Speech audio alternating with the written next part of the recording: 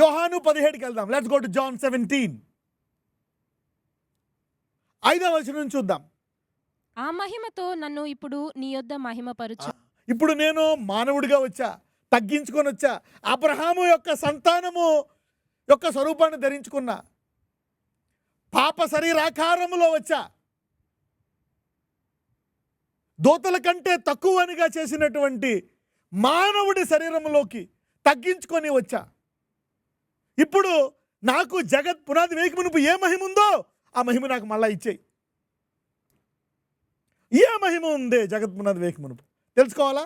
ఈ సిలువ ద్వారా రక్తం కార్చేస్తా, వీళ్ళు ప్రేమించేస్తా, తగ్గించుకుంటా, నా మహిమ నాకు ఇచ్చేయి. Give me back my glory. ఎక్కడ ఉండేవాడు ఆయన? What is that glory? యోహాను 17:24. తండ్రి, నేనెక్కడ ఉందునో అక్కడ నీవు నాకు అనుగ్రహించిన వారును నాతో కూడా ఉండవలెననియు, నీవు నాకు అనుగ్రహించిన నా మహిమను వారు చూడవలెననియు కోరుచున్నాను. జగత్తు పునాది వేయబడక మునుపే నీవు నన్ను ప్రేమించితివి. జగత్ పునాది వేయక మునిపే యేసుప్రభువు వారు తండ్రి కుడి పార్శ్వన కూర్చేవారు అంట. అవునా? అందుకని ఈ శిష్యులేమో ఈయనేమో ఒక మట్టితో చేసిన మనిషిగా మనకు చూశారు. ప్రభువా, ఈ శిష్యులు కూడా నాతో ఉండాలయ్యా అంటే నా ముందు కొన్ని కుర్చీలు ఉంటాయి అన్నమాట. They will SIT in the first row, or maybe the second row, or maybe in the same house.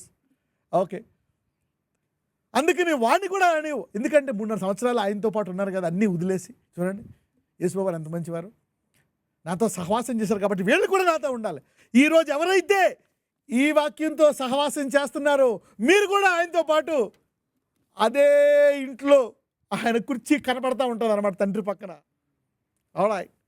So ఇప్పుడు యేసు ప్రభు వారు ఆ మహిమ చూస్తున్నట్టు శిష్యులు కూడా ఇప్పుడు ఎక్కడ ఉంటారు? శిష్యులు అక్కడే ఉంటారు.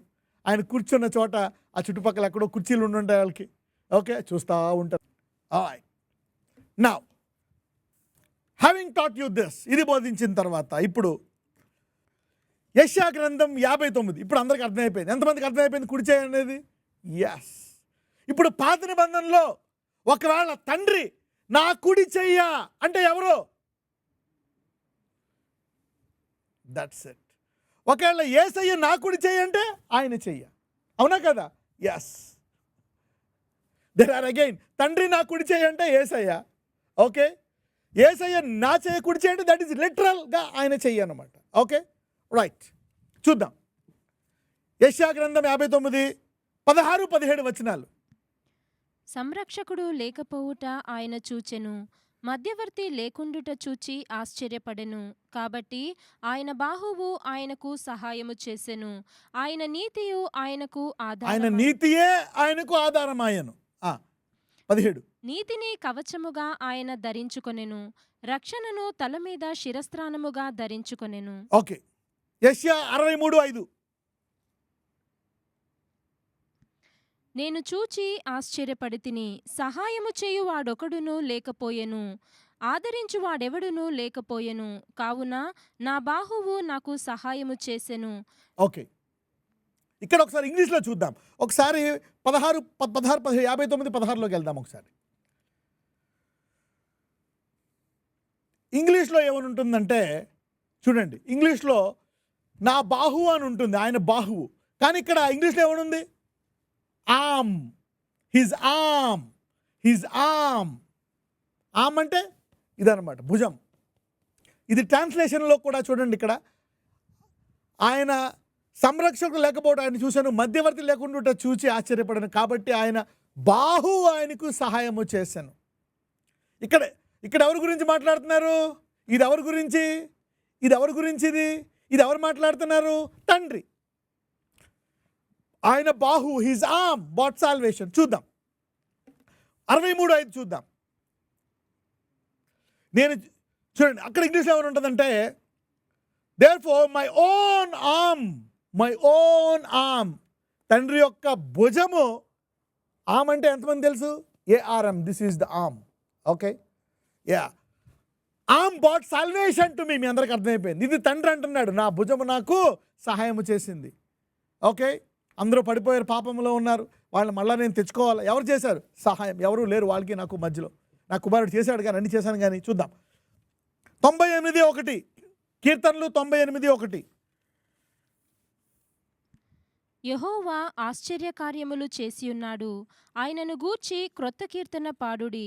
ఆయన దక్షిణ హస్తము, ఆయన పరిశుద్ధ బాహువు ఆయనకు విజయము కలగజేసియున్నది.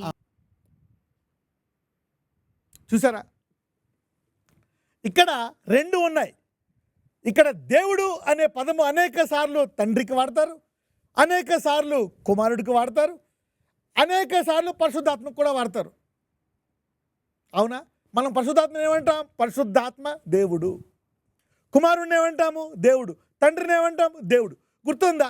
కీర్తనలు 110లో దావీదు అంటాడు, ప్రభువు నా ప్రభువుతో అంటాడు. ప్రభు ఎవరు? తండ్రి. నా ప్రభు ఎవరు? యేసయ్య కదా. అలాగే వాక్యములోనే తండ్రిని సంబోధిస్తూ ఉంటారు, కుమారుని సంబోధిస్తూ ఉంటారు. ఓకే, యూనిట్ ఒకే వచనములో ఇద్దరు ఉంటారు. Some times you need to now understand that knowledge. Let's go back.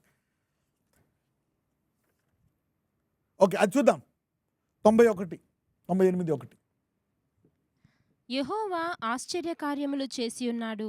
ఆయనను గూర్చి క్రొత్త కీర్తన పాడుడి.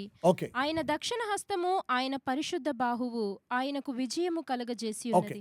ఒకవేళ యేసయ్య రైట్ హ్యాండ్ అంటే ఫిజికల్ రైట్ హ్యాండ్, తండ్రి రైట్ హ్యాండ్ అంటే ఎవరు? యేసయ్య. ఒక రకంగా చూస్తే ఇది మనం తండ్రికి సంబోధిస్తే, ఆయన కుమారుడు అంటే పాత నిబంధనలో యేసయ్య ఎక్కడున్నారు?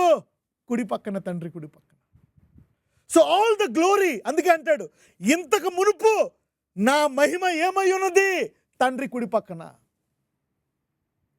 అంటే జగత్ పునాది వేస్తున్నప్పుడు, ఈ దోశ పట్టుకొని కొలుస్తున్నప్పుడు ఎక్కడున్నాడు యేసయ్య? తండ్రి కుడి పక్కన. ఓకే, తండ్రి కుడి పక్కనాడు, పరిశుద్ధాత్మేమో వాటి మీద అల్లాడుతుంది, ఆ నీటి మీద. ఓకే, పలుకుతున్నాడు, జరుగుతూ ఉంది, దూతలన్నీ పాటలు పాడుతున్నాయి, తేజో నక్షత్రాలు ఉన్నాయి. ఆది కాండం 1:1 ఇంత అట్టహాసం ఉంది. మీరు సింపుల్గా ఆది అందు భూమి ఆకాశం సృజించను ఏమే అని చెప్పి కడగడ ఎదుకెళ్ళిపోతారు. అలాగా ఇంత గొప్ప సీన్ జరిగింది అక్కడ. For that glorious foundation of the planet. Okay, ఎంతమంది నేర్చుకుంటున్నారు కొత్తగా? How many of you are learning something? Okay, అందులో మనము 4 స్త్రీలను చూసాం. ఎంతమంది గుర్తు 4 స్త్రీలు? 4 స్త్రీల్ని దేవుడు ఎలాగా, వారు అన్యజనులు అయ్యి, కొంతమంది వ్యభిచారం చేసిన వాళ్ళు ఉన్నారు, అన్యజనులు ఉన్నారు, కొంతమంది అయితే ఒక వేశ్య కూడా ఉంది అందులో. ఈ 4 ఆయన యొక్క వంశావళిలో కలుపుకున్నాడు యేసయ్య. ఒక రాజుని తిరస్కరించి శపించాడు, ఆ రాజును కలుపుకున్నాడు. ఆయన వంశావళి ఎలా కలుపుకున్నాడో చూడండి. అంతే ఏంటి, కొత్తగా నేర్చుకుంటున్నారు. మొట్టమొదటిసారి బైబిల్ స్టడీలో మొట్టమొదటిసారి నేర్చుకుంటున్నారు కొత్త విషయాలు. ఎవరైనా సరే నా యందు విశ్వాసం ఉంచితే నా వంశములో, నా కుటుంబంలో, నాలో పాలిభాగస్తులు అంటాడు యేసయ్య. నీ గతాన్ని మర్చిపో. So the lord is teaching you again. నాజరేయుడైన యేసయ్య వాళ్ళు ఈ వాక్యమంతా వినాల, ఆరోగ్యంగా ఉండాలి, అనేకులకు సాక్షులుగా ఉండాలి కనుక అయ్యా వారిని ముట్టి స్వస్థపరచండి. తల నుంచి అరికాల వరకు నొప్పులను, కండరాల నొప్పులను, గుండె జబ్బు, ఊపిరితిత్తులు, కిడ్నీలు, కాలేయం, అయ్యా నరములు, ఎముకలు, మాంసము, కండరాలు, షుగర్, బీపీ, టీబీ, థైరాయిడ్, ప్రతి రోగమును తీసివేసి ముట్టి స్వస్థపరచండి. దీర్ఘాయును దయచేయండి అయ్యా.